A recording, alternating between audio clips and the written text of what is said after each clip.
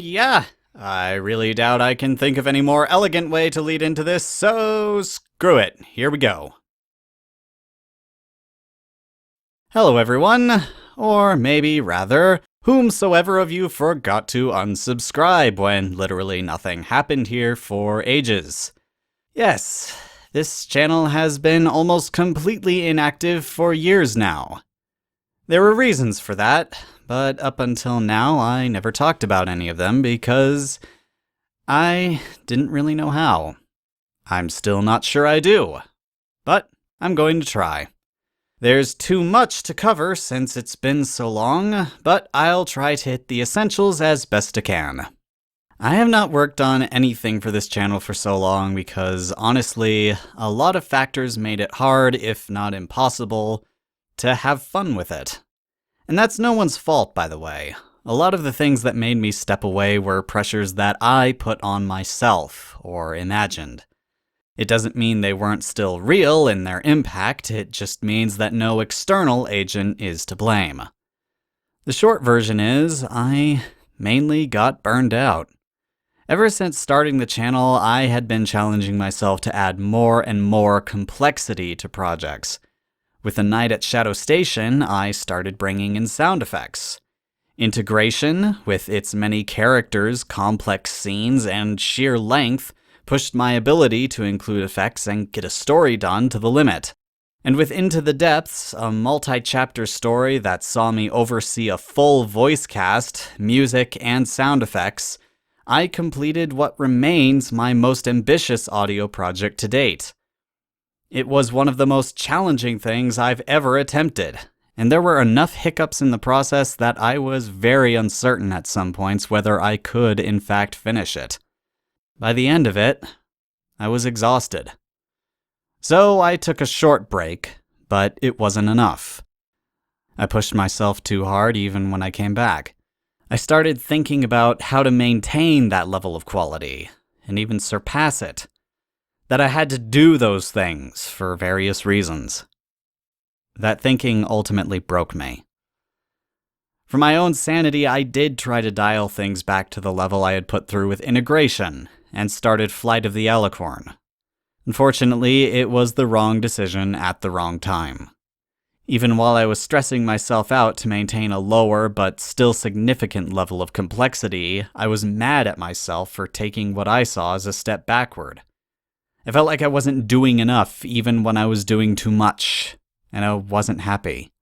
Recording started to become miserable, to say nothing of editing. At the same time, other factors were coming together that made me even more stressed out. YouTube grew more and more draconian about controlling audio and videos, and other channels started having serious problems keeping their content up at all.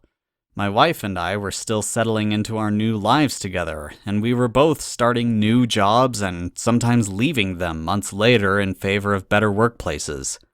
And lastly, the new place we moved to brought a specific problem for recording narrations that ultimately killed any lingering desire I had to record. As it turns out, my old place where I started recording for the channel was, by total coincidence, a surprisingly decent acoustic environment. It was not stellar by any means. I had no acoustic foam or any other kind of room treatment, but the audio I got recording there was better than it had any right to be. I didn't realize until we moved how lucky I had been in that regard. When we moved to the new place, I discovered that each and every room was pretty much an acoustic tragedy. There was a ton of reverb, and nothing I did to fight it did much good. Without even the ability to make my voice sound like it wasn't coming from a cheap tin can, I just couldn't find enough of a reason to continue to make readings. This is all stuff I wanted to say in an update for a long time, but I never could. With how constantly things were changing around me, I didn't want to make promises I might not be able to keep, or wouldn't want to keep, whether that was to start working again soon, or go away for good. I couldn't get a handle on how I felt about things, even to myself, so I just stayed quiet. Not all of it has been bad, of course, not remotely.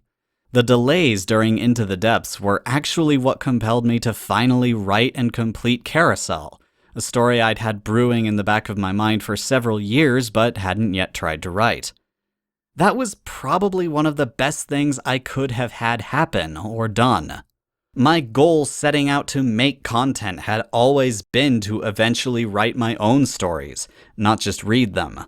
The name is Thorn Quill, after all, not Thorn Microphone.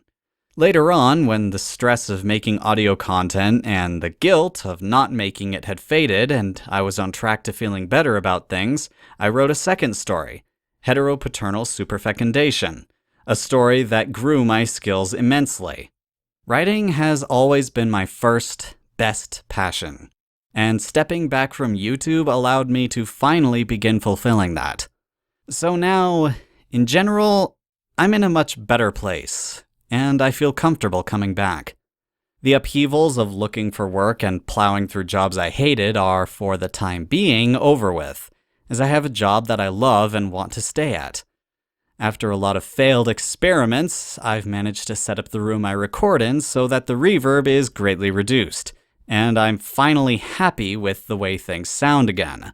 Lastly, the guilt and stress the channel was bringing me by the end have faded, and it actually feels fun to record again rather than a massive time sink of stress and dread. And there was another reason I wanted to come back too. There have been a lot of goodbyes lately. A lot of goodbyes. And that's part of life. But at the moment, I'm tired of it. I think I'm hoping this will be good news for some people who have had too much bad news for a long time. So, this is for them. That being said, I am not here to say that things are going to go back to the way they were. Now that I've started writing my own stories, I want to keep doing that, and that's going to be what I give the largest portion of my time and energy to. Furthermore, when I started this channel, I was an unmarried full-time student. I had a lot more time and energy to devote to these fan projects than I do now. And the only way I can devote some of the energy I do have is to leave off the obsession with accomplishment that helped drive me before. I'm not going to push myself to meet a weekly upload deadline to satisfy YouTube's algorithm or for any other reason.